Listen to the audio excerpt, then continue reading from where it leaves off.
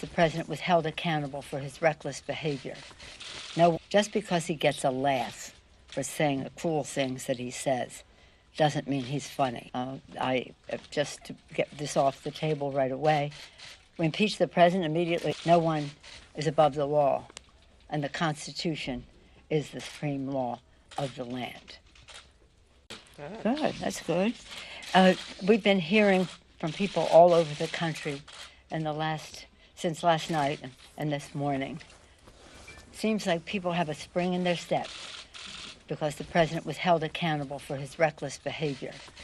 No one is above the law, and the Constitution is the supreme law of the land.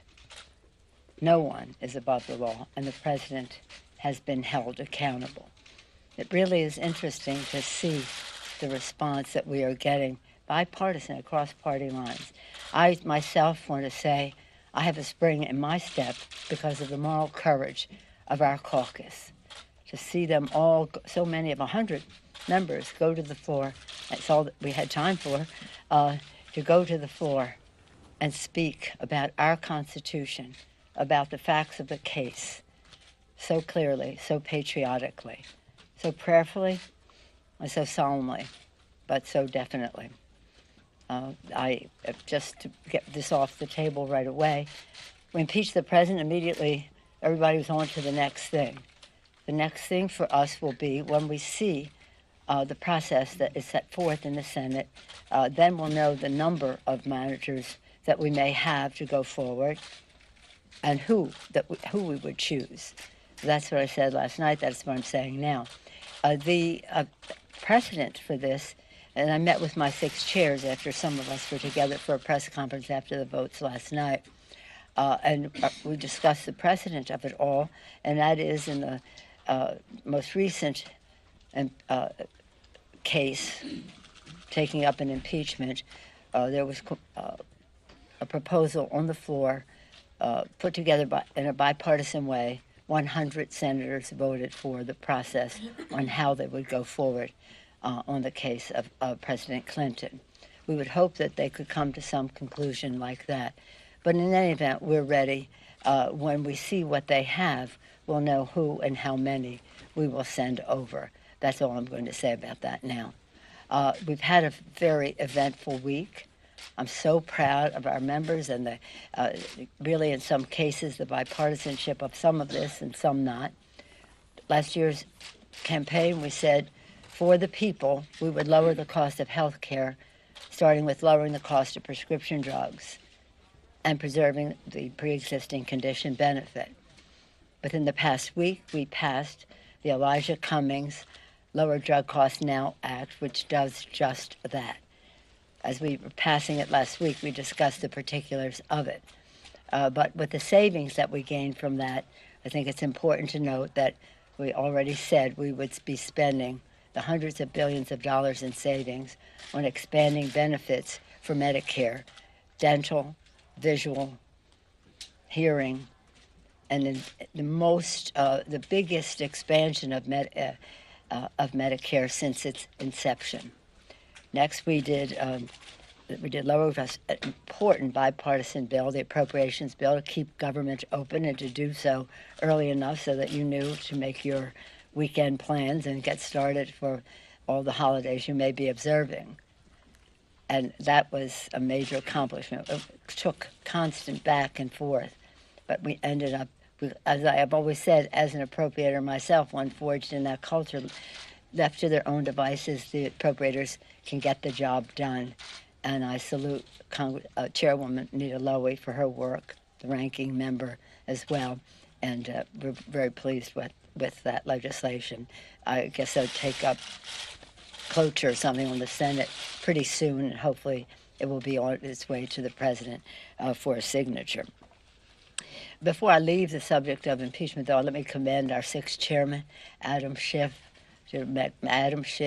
Jerry Nadler, Chair of Judiciary, so proud of him, Maxine Waters, Financial Services, Richie Neal, Ways and Means Committee, Elliot Engel, the Foreign Affairs Committee, and also a very important committee chaired now by Carolyn Maloney, the Gov Reform Committee. I said last night and I say today, while he isn't with us today physically here, Elijah Cummings is with us in spirit. The foundation he helped lay for justice is with us. And he said, when we're dancing with the angels, what will we know about what we did to keep the Constitution intact? When he said that, it was very prescient. Little did we know that by the time we passed the impeachment resolution, well, the articles of impeachment, that he would be dancing with the angels. Right now, as we speak, they're debating on the floor the U.S., Mexico, Canada trade agreement. I hear my colleagues on the floor last night saying, well, if we weren't doing this, we could do Mexico. Well, we are doing Mexico. And the discussion that took some time to convince the administration and the other countries was that we weren't going forward until we had the strongest possible enforcement of the trade agreement, and also manifested in the legislation that we'll have on the floor today, the implementing legislation. As you've heard me say over and over again, this is about enforcement, the overarching issue. If you can enforce it, it doesn't matter what you put forth. And of the concerns that we had, one were workers' rights, the other pharmaceuticals, and the other the environment. And we made giant progress from, first of all, over the existing NAFTA for sure. But apart from that, big distance between what the administration was proposing to begin with in all of those areas and to where we ended up now going forward.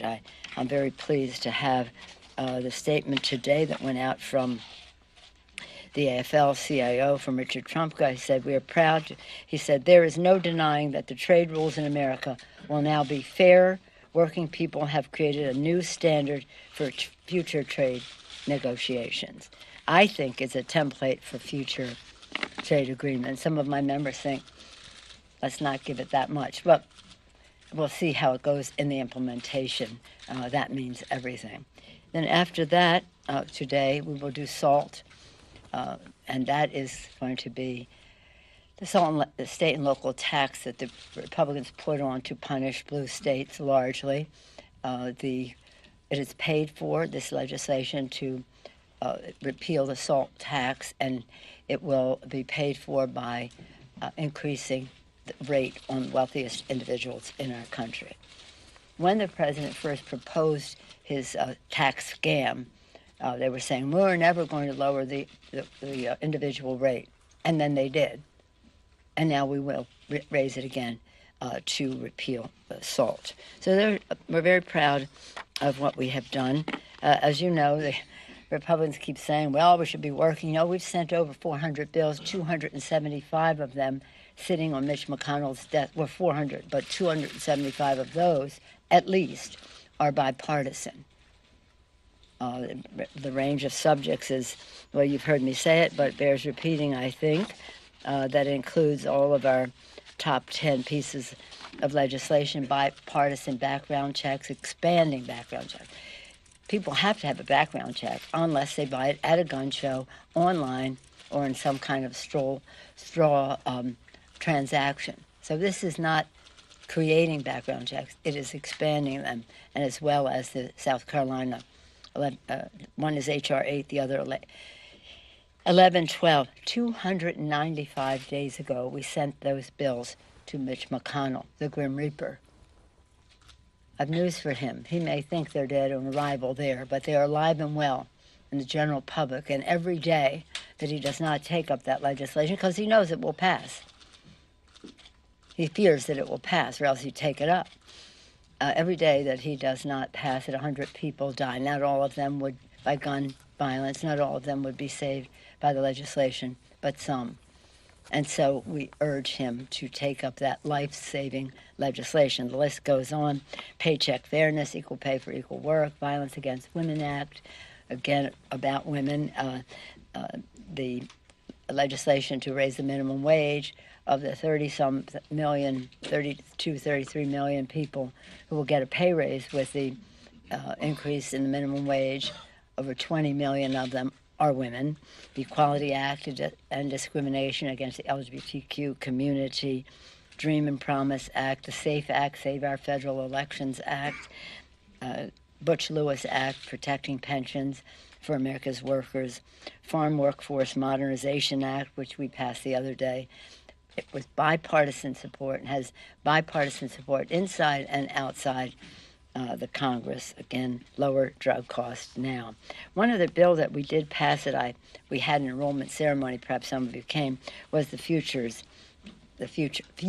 Act, and that was about minority serving institutions, Hispanic serving institutions, historically black colleges and universities, higher education institutions that deal with our Native American population. It's very important. We sent it. That did pass, and that is on its way to the president. So with that, we said to my members what I say to you guys all the time: the word recreate and recreate are the same words. They spelled the same, and they mean something the same. When you recreate, renew, rest up, be with your family, you are recreated to come back for the discussions and the debates ahead as we go into the future. And as we go into the future, again, we are inspired by our founders who said, e pluribus unum, from any one, no matter what our difference is, and they certainly had theirs.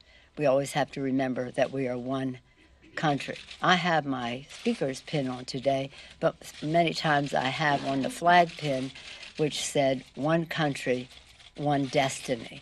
We have to think in those terms, and we look forward to doing that as we go forward. We still have a day here as we go forward. So I wish you happy holidays, and whatever you are celebrating. In our house, we celebrate them all.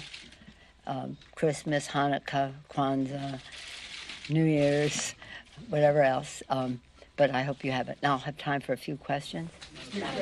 Speaker, do you run the risk let me start that again. Do you run the risk, as some Republicans have said, of looking like you're playing games with impeachment if you hold on to these articles for too long? I said what I was going to say, Nancy. When we bring the bill, which is, just so you know, there's a bill made in order by the Rules Committee that we can call up at any time in order to send it over to the Senate and to have the provisions in there to pay for the impeachment. And then the next step, whatever you want to call it, the trial. That is where you put the managers. I was not prepared to put the managers in that bill yet because we don't know the arena that we are in. Frankly, I don't care what the Republicans say. Any other questions? Not on this subject. I've said this is it. I honored Nancy. Last night you suggested you need to see a fair process in the Senate. But we'd like to see a fair process, but we'll see what they have, and we'll be ready for whatever it is. Is that the requirement? You need to see a fair process before. We would hope there would be a fair process, just as we hope that they would honor the Constitution. By the way, I saw some of it, I didn't see it, but I heard some of what Mitch McConnell said today, and it reminded me that our founders, and when they wrote the Constitution, they suspected that there could be a rogue president. I don't think they suspected that we could have a rogue president and a rogue leader in the Senate at the same time. Yes, Speaker, to that end, you have talked and criticized Senator McConnell today. Any other questions on any of this? Anybody want to talk about Mexico Free Trade Agreement? Anybody care about that? Jobs for the American people, progress in addressing globalism and the issues. Anybody want to talk about the SALT tax that we're passing today, important issues that relate to the economic vitality of our communities? Any other questions? Because I'm not going to answer any more questions on this. Clearly, do you understand? When we see what their process is, we will know who and how many we want to send over. Not until then. I'm not going to go there anymore. Yes, sir. On USMCA, one expects the president will campaign how he got rid of the worst trade deal in history and made a better deal. Is that something you want to take credit for? Of course we'll take credit for it, because what he proposed did not fill the bill of what he just described. But there are those, and some of you who care about substance, have in the past asked about whether we would pass that because it would have what we call collateral benefit to the president. I don't care about that. But we had an opportunity to do something very important for the American people for America's workers, and we could not let him stand in the way of that because he would go out and take credit. So this isn't about him. It's about American workers. It's about being good neighbors in our hemisphere. And frankly, we weren't going to go down that path until the administration conceded on many of the provisions that they had in their original proposal, which were not acceptable and which were not, as you described, the president would describe it. Yes, sir. Have you had any conversations with Congressman Van Drew about maybe caucusing None. within the new year? Zero. Do you have any advice for the No, I know, nothing. Zero. The president last One night- more, that's it, The yeah. president last night had some pretty harsh comments about your dear friend Debbie Dingell and her late husband. Wondering if you had any reaction. Let us pray. Let us pray for the president. This is, the president clearly is insecure when it comes to statespersons, whether it was John McCain. Think of what he said about John McCain, and his supporters just overlooked that. John McCain. Now John Dingell. What the president misunderstands is that cruelty is not wit. Just because he gets a laugh for saying the cruel things that he says doesn't mean he's funny. It's not funny at all. It's very sad. Thank you all very much. Happy holidays to all of you.